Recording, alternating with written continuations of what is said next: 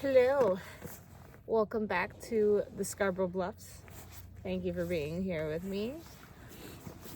I needed to be outside today, so we're here. It's a clear day once again, and I'm here to talk to you about the difference between being guarded and having boundaries, because this is something that I have recognized in a few people in my current reality that I guess is getting hindered by this. So what the fuck am I talking about, right? Boundaries, being guarded, sounds the same. It's not. I've noticed that there's a lot of people who, because they operate out of their ego, which your ego is just trying to protect you, really, right? But there's a lot of people who have been wounded in life that tend to have their guards up. I think a good visual example of the differences between them is like having boundaries is like having a gate around your house, whereas being guarded means you literally have like security, literal guards, a guard dog. It's implying that you are under attack, or you are guarding yourself from being under attack. And I think that is probably the biggest difference. And I guess I'm making this video because I've noticed that with people who are guarded, they don't end up just guarding themselves sorry, there's a family over there, so I got distracted. But they don't end up just guarding themselves from danger.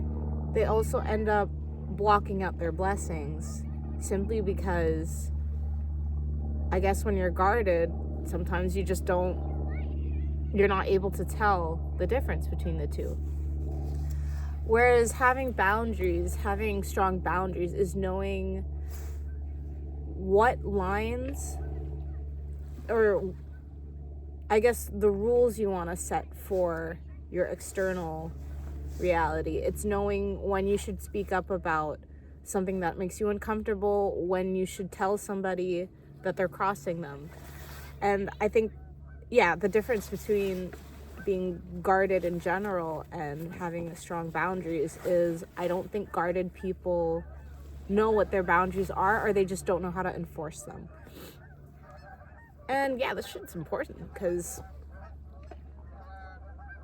there are so many beautiful things in life, and if you're guarded, there might be so much that you're missing out on.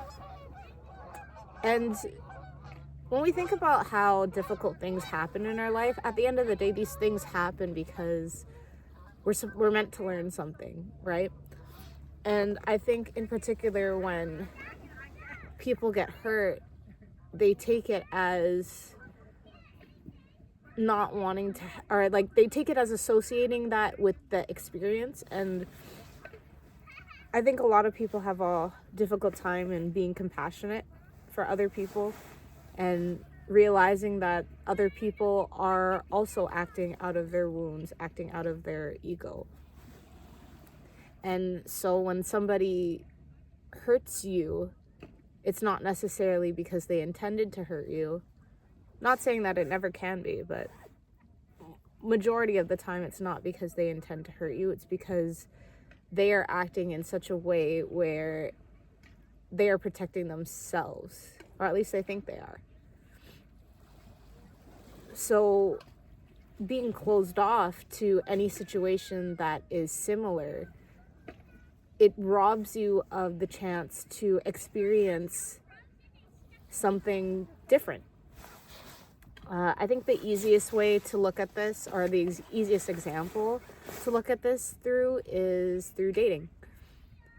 There's a lot of people who maybe get cheated on, or they have an emotionally abusive relationship, what have you, and then for anybody who they try to encounter or who tries to encounter them afterwards isn't able to get through because they have this wall up, feeling that all relationships are like that. Maybe they also had some poor examples in their childhood. At the end of the day, you attract whatever frequency matches yours, right? So it's like if you always have this notion that everyone's out to get you, and that all relationships are bad, and people are trying to hurt you, then you're going to attract that. You're going to attract that because your mind is going to need to prove it. It's very interesting how the law of correspondence works, but that's basically what it is. It is the fact that you call in whatever is in resonance with your current frequency. But if you are able to extract the lesson out of whatever the terrible experience was, then you're able to put up boundaries and you're able to call that shit out when you encounter it. Or you're able to be like, no, this is not the experience I would like,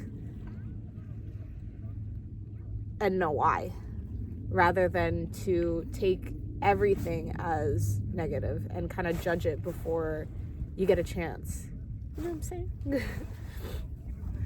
I think about my aunt in particular because I've been living with her for a little bit, and she's a great person. She's wonderful. She would make a wonderful partner, but she has her defenses up all the time.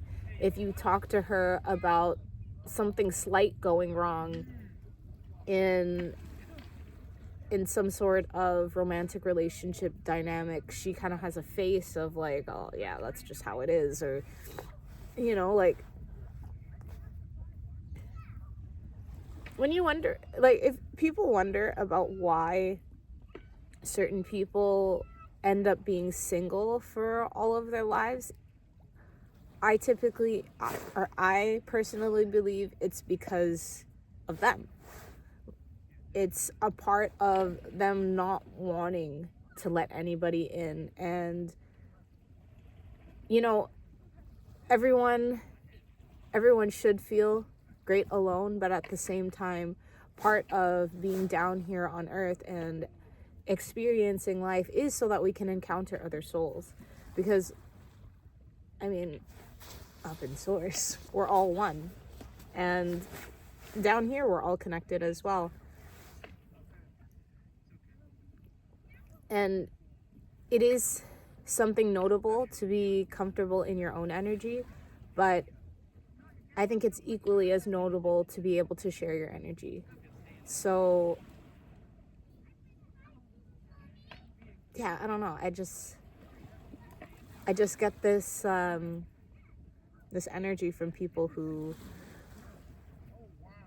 don't feel like they need a relationship. I'm putting need in quotations because I don't think anyone should need a relationship, or I guess just not necessarily want one, or don't see it for themselves. It's typically because there's something that is blocking you from wanting it at all. And, some people can live like that. Some people are completely fine living by themselves, but I think there are people who shut it down just because it's not necessarily that they don't need it, but they just are more fearful of being hurt than to go through it again. So I guess this is a short video because that's kind of the gist of it. It's just, make sure that your boundaries are strong. Make sure you know what you don't want in life, what you don't want out of other people, and just don't be so guarded. Let your defenses down. Allow yourself to experience things, and just be strong enough to know when to stop an experience, or when to walk away, or when you've had enough. That's something that I've struggled with myself.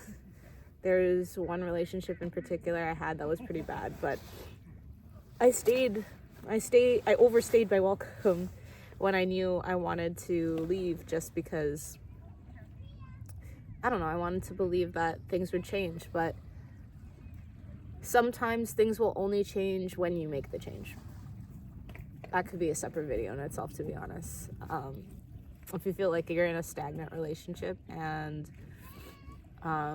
you've expressed all that you can to regarding your boundaries and things that you want the other person to be more mindful of, and if they're still not mindful of it, sometimes you just gotta go, because some people only learn through loss, unfortunately, and they don't learn from gaining the information outright. Honestly, I think that's a lot of people. I think a lot of people just don't, I don't know, it's like you want to be able to learn, you want to be able to know that you learned yourself, and it just doesn't click if you don't go through it sometimes. Yeah. Well, I hope you found this insightful, and go outside, even if it's cold like it is here in Scarborough, which is the east side of Toronto, which is in Canada. Get you some sun. Okay, bye.